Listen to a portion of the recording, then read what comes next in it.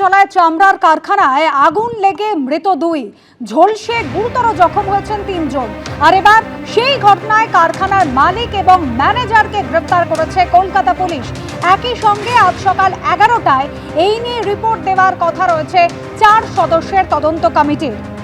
গতকালই কলকাতা সিপি, পুর কমিশনার, দমকল সচিব এবং ক্ষুদ্র মাঝারি শিল্প সচিবকে নিয়ে কমিটি করা হয়েছিল। আর এবার এই কারখানার মালিক এবং ম্যানেজারকে গ্রেফতার করেছে কলকাতা পুলিশ। সন্দীপ সরকার আমাদের প্রতিনিধি সরাসরি রয়েছেন আমাদের সঙ্গে। সন্দীপের সঙ্গে কথা বলবো। সন্দীপ, গতকাল যেভাবে মর্মান্তিক মৃত্যু হলো, একেবারে চামড়ার কারখানায় আগুন লেগে ঝলসে মৃত্যু হয় দুজনের, সেই ঘটনায় ইতিমধ্যেই দুজনকে গ্রেফতার করা হয়েছিল। গতকালই কিন্তু একেবারে স্পষ্ট করে দেওয়া হয়েছিল কোনোভাবেই দোষীদের রেয়াত করা হবে না।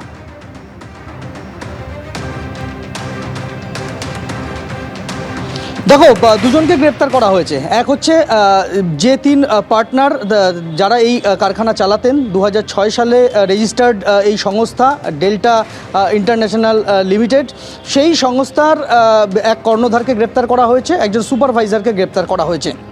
আমি যে জায়গাতে দাঁড়িয়ে রয়েছি এটা হচ্ছে সেই কারখানা, যে কারখানার 4 তলার অংশে একটি কার্নিশে আমি দাঁড়িয়ে রয়েছি। কারখানাটি ভেতরে অগ্নি নির্বাপন ব্যবস্থা ছিল না, বেআইনি নির্মাণ, এই নানান অভিযোগ উঠেছে। কিন্তু খালি চোখে দেখলে যেটা বোঝা যাচ্ছে তাতেই স্পষ্ট যে কারখানায় কোনো নিয়ম কানুনের তোয়াক্কা করা হয়নি। তুমি দেখতে পাবে আমি যেখানে দাঁড়িয়ে রয়েছি আমার ঠিক পাশেই আরেকটি বহুতল, দুটি বহুতলের মাঝখানে যে পরিমাণ গ্যাপ রয়েছে সেই পরিমাণ গ্যাপে কোনো রকমে একটা মানুষ দাঁড়িয়ে থাকতে পারবে। এই যে বহুতলের কারখানাটি চলছিল সেই বহুতলের একতলায় রয়েছে গ্যারাজ, 2 তলা 3 তলায় রয়েছে চামড়ার নানান ব্যাগ তৈরির কারখানা, আর 4 তলায় যার কার্নিশে আমি দাঁড়িয়ে রয়েছি সেখানে মালিক নিজে পরিবার নিয়ে থাকতেন। এখন একটি বাড়ি থেকে আরেকটি বাড়িতে অনায়াসে চলে যাওয়া যায়। আমি যেখানে দাঁড়িয়ে রয়েছি এই হচ্ছে কারখানা আর এই হচ্ছে তার পার্শ্ববর্তী বহুতল, দুটোর মাঝখানে এই হচ্ছে গ্যাপ, যেখানে একদম স্পষ্ট যে অগ্নি নির্বাপন বিধির কোনো রকম তোয়াক্কা না করেই এই কাজ করা হয়েছে। শুধু তাই নয়, আরেকটি বেআইনি কাজ করা হয়েছিল এই বাড়ির দোতলায়, অর্থাৎ যে কারখানায় আগুন লেগে 2 জন অগ্নিদগ্ধ হয়ে মারা গেলেন, 3 জন হাসপাতালে। সেই দোতলা থেকে যে বহুতলে আমি দাঁড়িয়ে রয়েছি এই বাড়ির দোতলাতে একটা ফ্ল্যাট নামা হয়েছে, সেখানে আরেকটি কোম্পানি তৈরি করা হয়েছিল।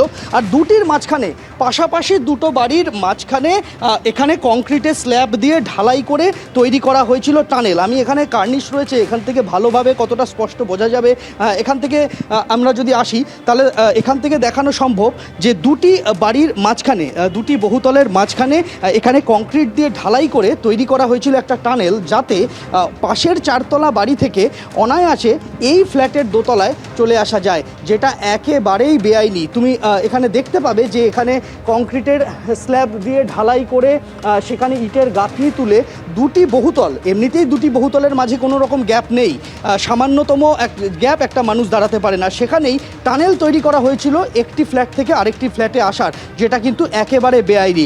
ইতিমধ্যেই 2 জনকে গ্রেফতার করা হয়েছে। ইতিমধ্যেই 3 জন এখনও হাসপাতালে চিকিৎসাধীন রয়েছেন, তাদের মধ্যে 2 জন ভেন্টিলেশনে রয়েছেন, তাদের অবস্থা আশঙ্কাজনক। আজকে ঘটনাস্থলে ফরেন্সিক এসে পৌঁছেছে, তারা সরেজমিনে দেখবেন কী কারণে এই আগুন লাগলো। এখানে ফরেন্সিক বাহিনী এসে পৌঁছেছেন, তারা গোটা ঘটনাটা সরেজমিনে দেখছেন। এখনও পর্যন্ত ন্যাশনাল মেডিকেল কলেজে যে 3 জন চিকিৎসাধীন রয়েছেন তাদের শারীরিক অবস্থা যথেষ্ট আশঙ্কাজনক, এমনটাই কিন্তু হাসপাতালের তরফ থেকে আমরা জানতে পারছি। ধন্যবাদ সন্দীপ।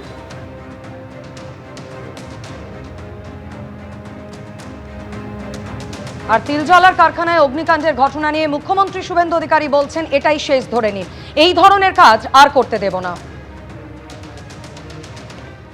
কমিটি ইতিমধ্যেই তৈরি করে, চিফ সেক্রেটারি কমিটি করেছে, সকাল 11টায় রিপোর্ট দেবে,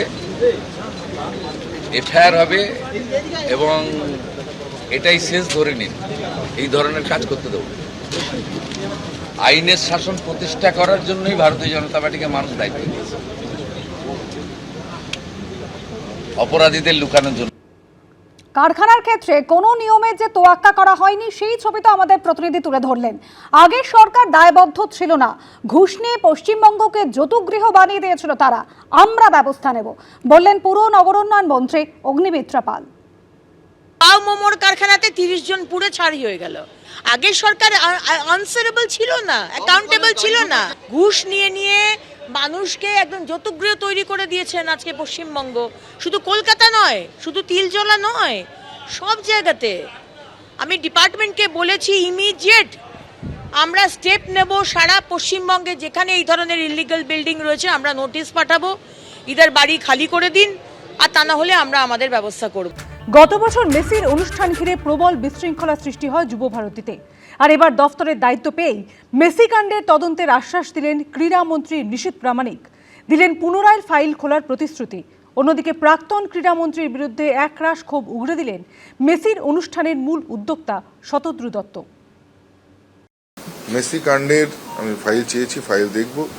রাজ্যে পরিবর্তনের পর এবার ফের খুলতে চলেছে মেসি কাণ্ডের ফাইল। সামনে আসতে পারে নতুন দুর্নীতির তথ্য। সেই জল্পনা জোরালো হয়েছে ক্রীড়া ও যুব কল্যাণ মন্ত্রী নিশীথ প্রামাণিকের মন্তব্যে। গত বছরের ডিসেম্বরে লিওনেল মেসির অনুষ্ঠান ঘিরে ব্যাপক বিশৃঙ্খলার সাক্ষী ছিল যুব ভারতী ক্রীড়াঙ্গন। সেদিন কার্যত মেসি, সুয়ারেজ, ডিপলদের গায়ে ছেকে ধরেছিলেন নেতা, মন্ত্রী, ভিভিআইপিরা। লিওনেল মেসির গায়ে লেপটেছিলেন তৎকালীন ক্রীড়ামন্ত্রী অরূপ বিশ্বাস।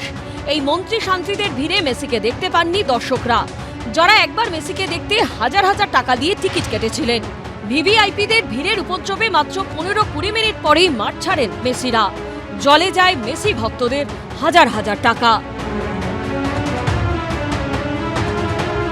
আমি অনেক ভালোবাসি মেসিকে। আমি ভেবেছি যে অনেকটাই দেখতে পাবো, কিন্তু সেটা হলো না। দেখার সুযোগই পাওয়া গেল না। রাজনীতি, খালি সব দিকে রাজনীতি। দিদি দাদা নিজেদের দল খেলাচ্ছে, খালি নিজেদের দল খেলিয়ে চলে যাচ্ছে। আমার 7,000 টাকা টিকিট ছিল। এই ঘটনায় আর্থিক দুর্নীতির অভিযোগ তুলেছিল বিজেপি। কলকাতা হাইকোর্টে যুবভারতী কাণ্ড সংক্রান্ত জনস্বার্থ মামলার শুনানিতে আইনজীবী সওয়াল করেছিলেন, মেসিকে অগ্রিম হিসেবে 60 থেকে 65 কোটি টাকা দেওয়া হয়েছিল, তখন টিকিটও বিক্রি হয়নি। তাহলে অগ্রিম এই টাকা দিল কে? কারাই অনুষ্ঠানের স্পন্সর ছিল? সেই কোম্পানিতে কারা কারা যুক্ত আছেন এবং কারাই কোম্পানির বর্তমান এবং প্রাক্তন ডিরেক্টর? এবার ক্ষমতায় এসে সেই মেসি কাণ্ডের ফাইল খোলার হুঁশিয়ারি দিলেন সেই বিজেপি সরকারের ক্রীড়ামন্ত্রী নিশীথ প্রামাণিক। মেসি কাণ্ডের এটা আমাদের প্রত্যেকের জন্য দুঃখজনক। আমি ফাইল চেয়েছি, ফাইল দেখব। প্রয়োজন হলে মাননীয় মুখ্যমন্ত্রীর সঙ্গে কথা বলে আমরা নিশ্চিতভাবে আপনাদেরকে জানাবো। যে সংস্থার যারা টিকিট বিক্রি করেছিল, আমরা বিষয়টিকে একদম তদন্ত আমাদের নিশ্চিতভাবে হবে। প্রবল সমালোচনা এবং চাপের মুখে ক্রীড়ামন্ত্রীর পদ থেকে ইস্তফা দেন অরূপ বিশ্বাস, কিন্তু গ্রেপ্তার করা হয় কেবলমাত্র অনুষ্ঠানের মূল উদ্যোক্তা শতদ্রু দত্তকে। আর কারোর বিরুদ্ধে কোনো ব্যবস্থা নেওয়া হয়নি। এবার রাজ্যে পালা বদলের পর এ নিয়ে আদালতে যাওয়ার হুঁশিয়ারি দিয়েছেন Shatadru Dutta. He played with the emotions of the state, emotions of the fan, and obviously I became the victim of it. Arup Biswas was not part of the show. Even the CP, I'll tell you to be very honest, CP also told him, sir, apni ebar মাঠ থেকে বেরুন. Lionel Messi got very, very upset. ডিসেম্বরে সেই সফরে আরও একাধিক শহরে গেছিলেন Lionel Messi. প্রতিটি জায়গায় তার অনুষ্ঠান হয় নির্বিঘ্নে, সুষ্ঠুভাবে। চোখ ভরে প্রিয় খেলোয়াড়কে দেখেন দর্শকরা। শুধু কলকাতার দর্শকরা বঞ্চিত রইলেন কাদের জন্য? গোটা ঘটনায় কি বড়সড় কোনো দুর্নীতি হয়েছে? আগামী দিনে কি তার সামনে আসবে? সেই অপেক্ষায় রয়েছেন অনেকে। ঝিলম করঞ্জায়ের রিপোর্ট, এবিপি আনন্দ, কলকাতা। এবিপি আনন্দ, এগিয়ে থাকে, এগিয়ে রাখে।